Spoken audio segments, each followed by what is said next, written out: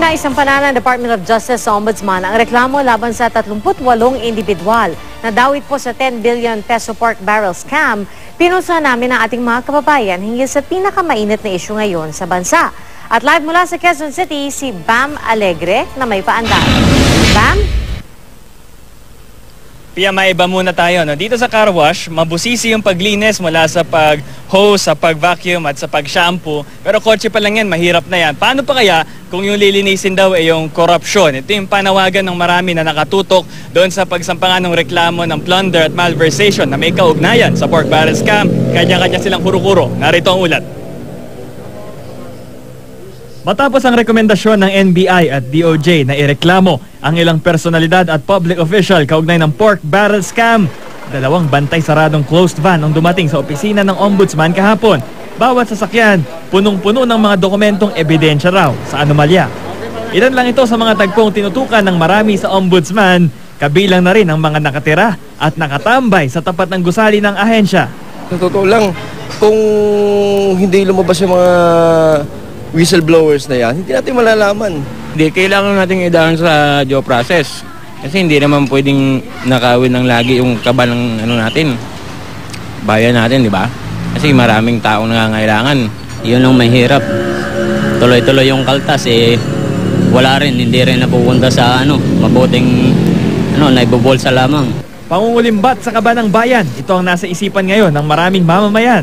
Kaya ayon sa isang political analyst, mahalagang malaman daw ng taong bayan ang detalye ng mga kasong isasampa ng pamahalaan, katulad ng pagkakaiba ng plunder at malversation.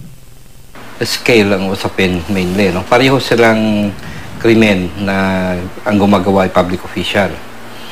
Pero ang kaibahan, yung plunder, una may 50 million na watershed dyan. Pag lumampas ka, 50 million, plunder yun.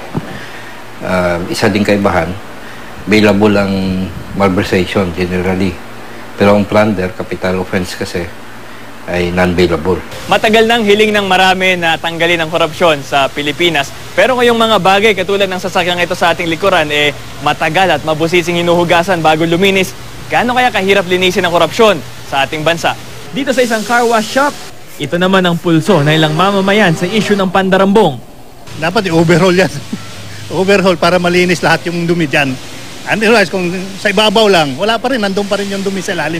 Alam mo yung corruption, na yan, yung nasa parang cancer na yan sa society.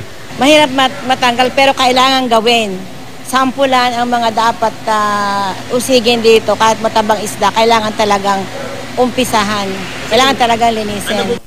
Gayunman, sa pananaw ng isang eksperto, malalim man ang ugat ng katiwalian, pwede pa rin daw itong tuluyang mabunot. Well, this is the start of a long process. In two ways. First, mahaba pa ang lakarin ng kaso itself. Kahit na masampas sa Sandigan Bayan, posible nga umabot ng 3 years yan. Hindi. Napakahalaga nitong nangyayari kasi ang pork barrel ay isang bahagi, mahalagang bahagi ng tinatawag nating political patronage system na siyang actually ang politika sa bansa. Kaya pag natanggal nito, napalitan nito ang pork barrel.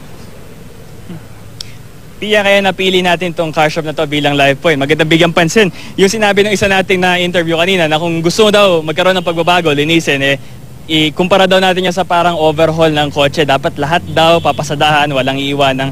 Kundi kung parang wisik-wisik lang daw, halos wala daw mangyayari. Pia?